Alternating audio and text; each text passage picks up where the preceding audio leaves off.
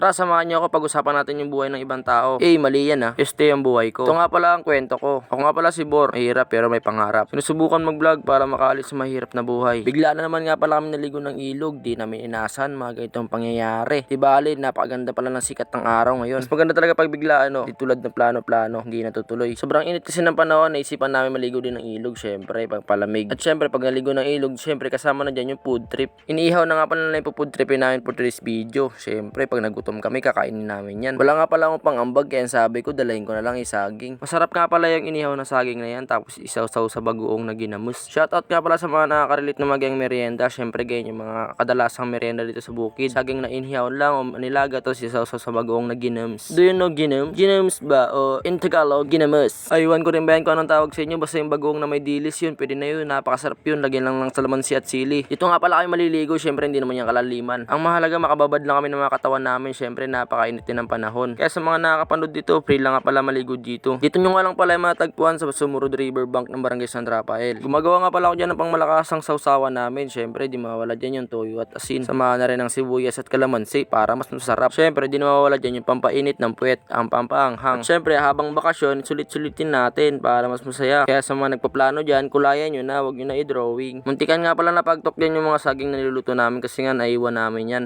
Nanguha nga pala kasi kami ng kalamansi. Nadaanan ko nga pala to si Kuya, isang followers namin. Sabi niya, isama ko daw siya sa pagbablog. Nag-bonding din nga pala sila dito sa ilog ng mga ka-workmate niya. Yan nga pala yung kinatay nila, isang manok.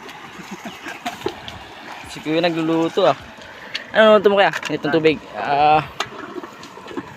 Ayos yung trip nyo Sinaing, oh. Ayos yung trip nyo mag-ama. Ito ba? Ay, syempre di mawawala yung pampalakas si Kuya.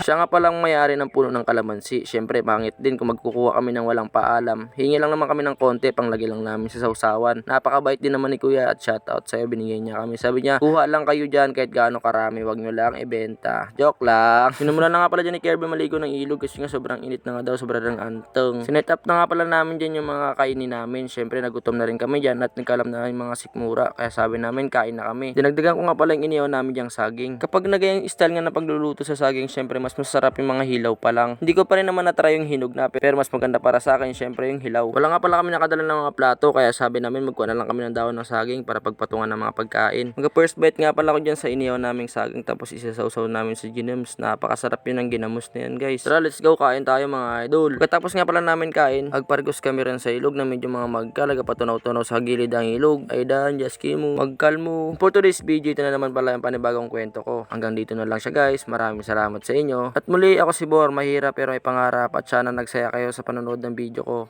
Bye-bye!